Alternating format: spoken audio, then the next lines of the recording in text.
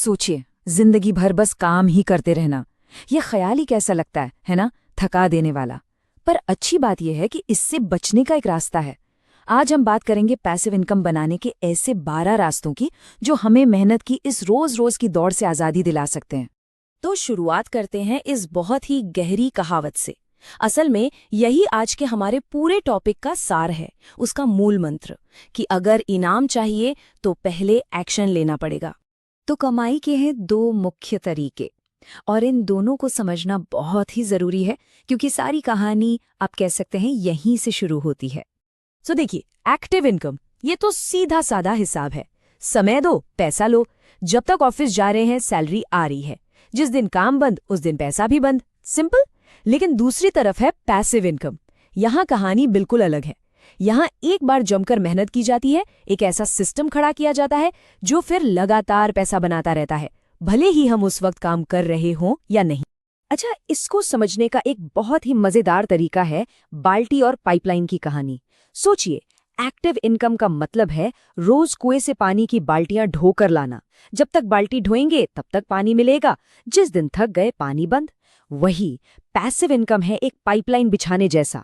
हाँ, ये बात सही है कि पाइपलाइन बिछाने में शुरू में बहुत ज्यादा मेहनत लगेगी, पसीना बहेगा, लेकिन एक बार वो बन गई फिर तो बस नल खोलना है और पानी मतलब पैसा अपने आप बहता रहेगा।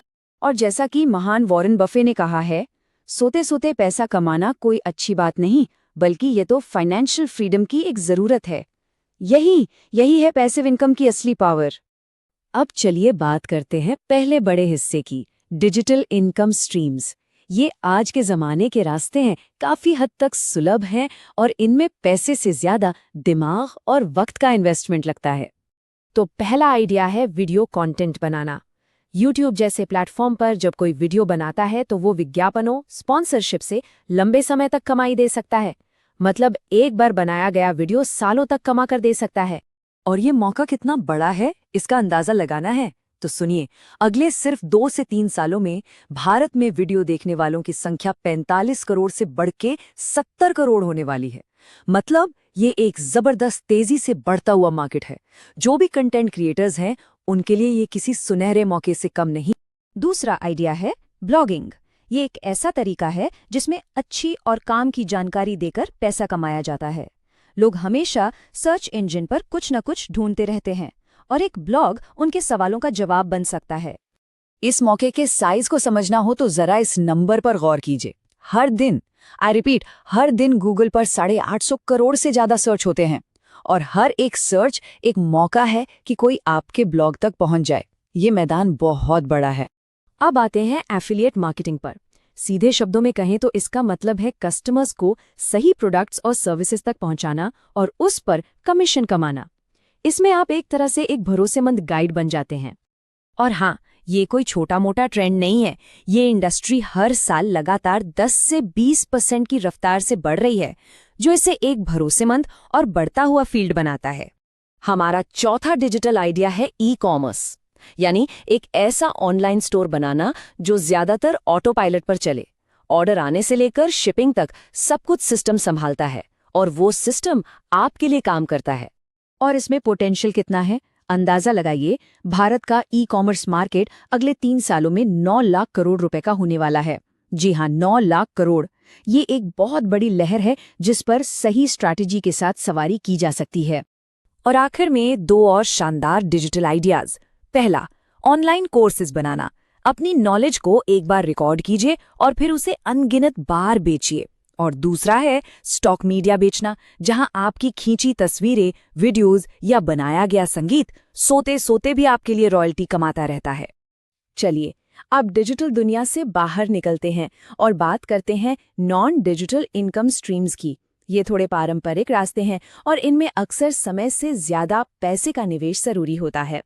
तो यहाँ 6 ठोस रास्ते हैं। इंश्योरेंस बेचने पर हर साल कमीशन मिलता है। रियल एस्टेट और कार रेंटिंग से लगातार किराया आता है। एक किताब लिख दी तो सालों तक रॉयल्टी मिल सकती है। स्टॉक्स और म्यूचुअल फंड में आपका पैसा आपके लिए काम करता है। और एयरबीएनबी जैसी सर्विस से तो घर की खाली जगह भी कमाई का जरिया बन सकती है। ठीक है, तो अब हमारे सामने 12 अलग अलग विकल्प हैं।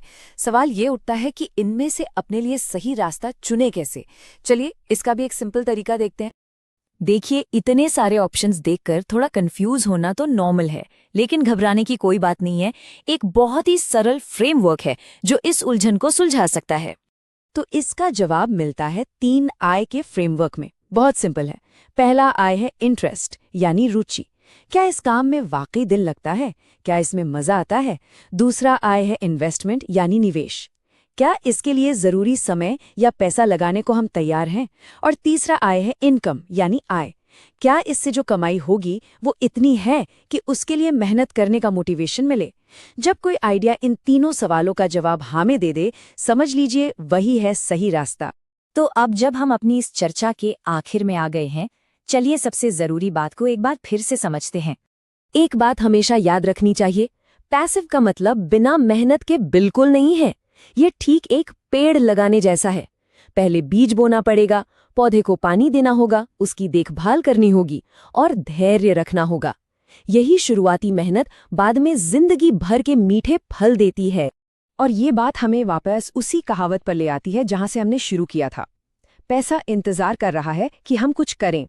एक्शन, कर्म ही वो चिंगारी है जो इस पूरे प्रोसेस को शुरू करती है। तो अब बस एक ही सवाल बचता है, और ये सोचने वाला सवाल है। अपनी पाइपलाइन बनाने के लिए आज, अभी वो पहला छोटा सा कदम क्या हो सकता है? क्योंकि याद रखिए, हजारों मील का सफर भी पहले कदम से ही शुरू होता है।